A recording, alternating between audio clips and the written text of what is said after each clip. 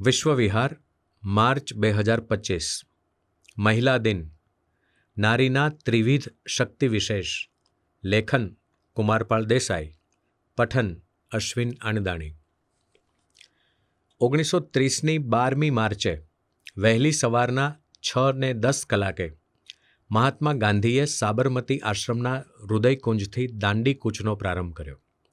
આ સમયે એમની સાથે કુલ 81 સૈનિકો હતા.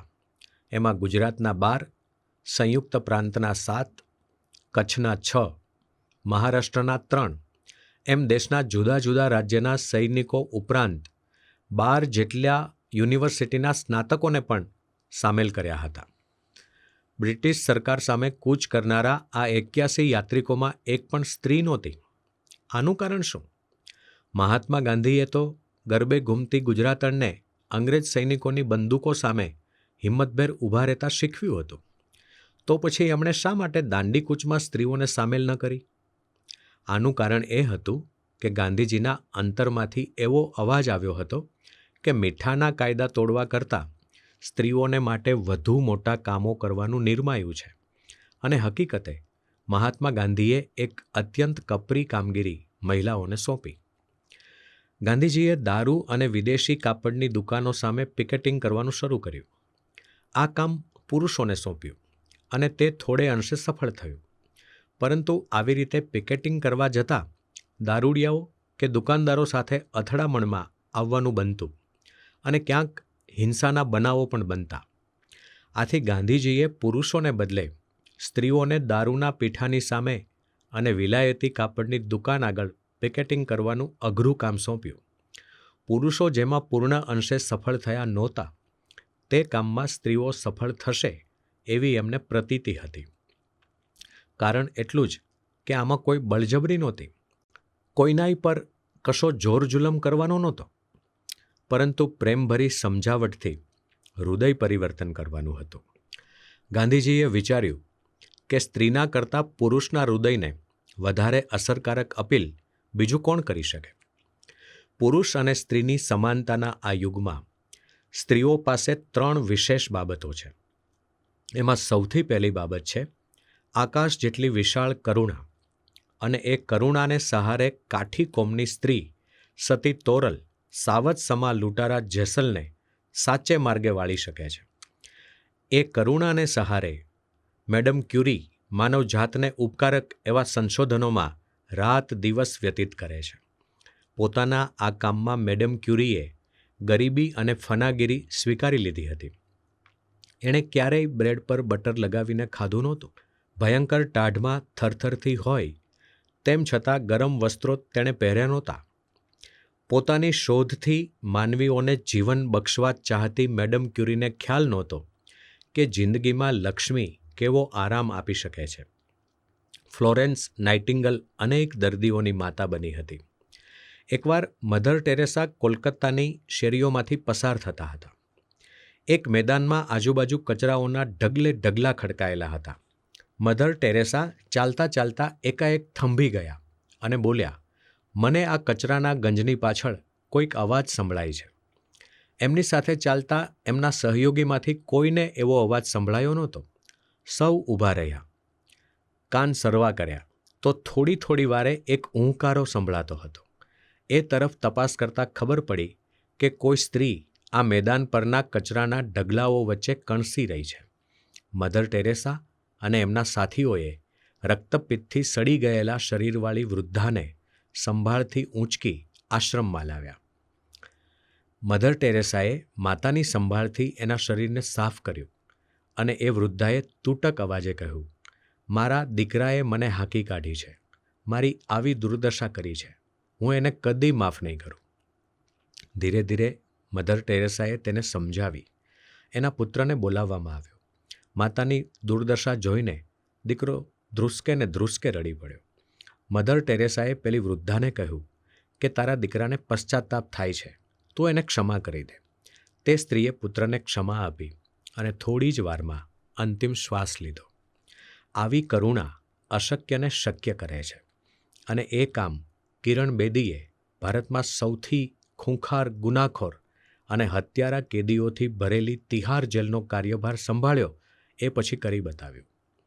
વળી તિહાર જેલની દશા તો એવી હતી કે 2500 કેદીઓ સમાવી શકાય તેવી જગ્યામાં 9,000 ખૂંખાર કેદીઓને ઠાંસીને ભરી દેવામાં આવ્યા હતા. આવે સમયે કિરણ બેદીએ એક નવો વિચાર આપ્યો અને તે એ હતો કે જેલ એ સજાનું સ્થાન નથી, પરંતુ સુધારવાનું સ્થળ છે.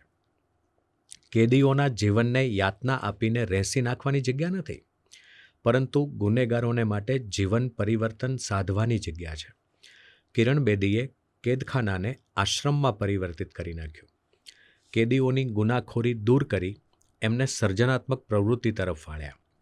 જેલમાં ફરિયાદ પેટી મૂકી અને વ્યસન મુક્તિ કેન્દ્રથી માંડીને ધ્યાન કેન્દ્ર સુધીનું આયોજન કર્યું. આ રીતે સ્ત્રીમાં હૃદય પરિવર્તન સાધતી શક્તિ વિશેષ હોય છે. નારીની કરુણામાંથી પ્રગટતી શક્તિને કારણે સ્ત્રીઓમાં વિશિષ્ટ અહિંસક તાકાત છે. ભારતની વિભૂતિઓને અહિંસા અને પર્યાવરણના પહેલા પાઠ એમની માતા પાસેથી શીખવા મળ્યા છે. અત્યંત નાની વયે શ્રીમદ રાજચંદ્રમાં જગતના તમામ જીવો પ્રત્યે મૈત્રીની સૂક્ષ્મ ભાવના જાગી હતી. પોતાની માતા દેવબાઈ પાસેથી મેળવેલા સંસ્કારોએ એમનામાં સૂક્ષ્મમાં સૂક્ષ્મ જીવ પ્રત્યે અનોખી સંવેદના જગાડી હતી.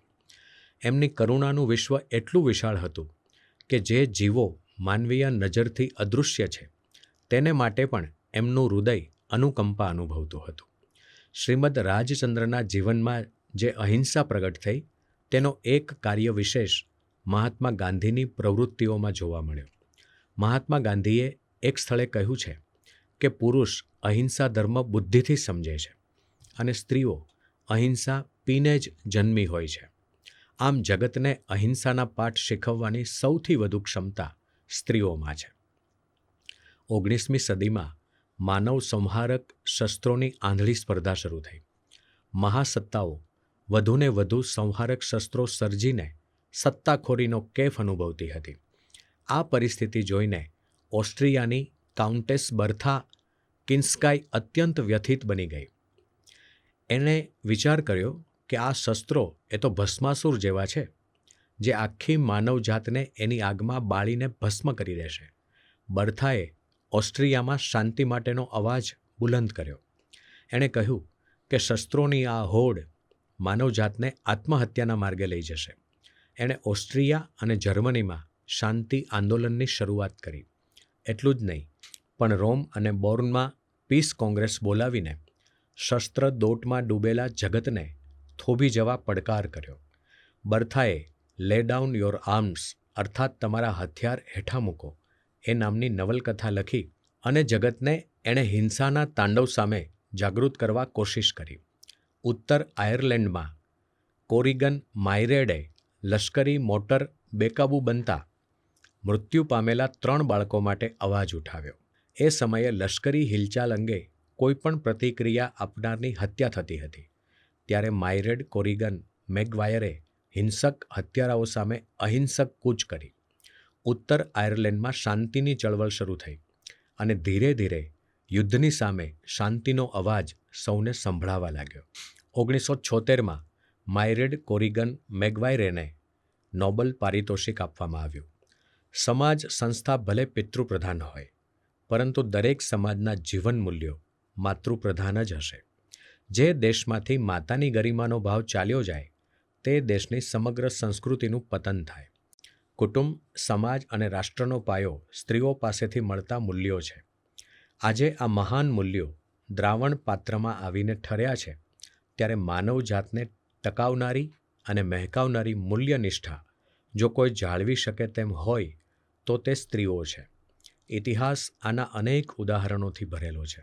દરેક સંસ્કૃતિ એના મૂલ્યો પર આધારિત છે. ભારતીય સંસ્કૃતિ એ તો વિશ્વ સંસ્કૃતિની પ્રાચીન અને જીવંત સંસ્કૃતિ છે. તેની પાછળનું મુખ્ય પરિબળ નારી જીવનની મૂલ્યનિષ્ઠા હતી. વર્તમાન વિશ્વમાં મહિલા સમાજ દ્વારા કરુણા, અહિંસા અને મૂલ્યનિષ્ઠા વધુ પ્રગટ થાય એ જ આજના સમયની તાતી જરૂરિયાત છે.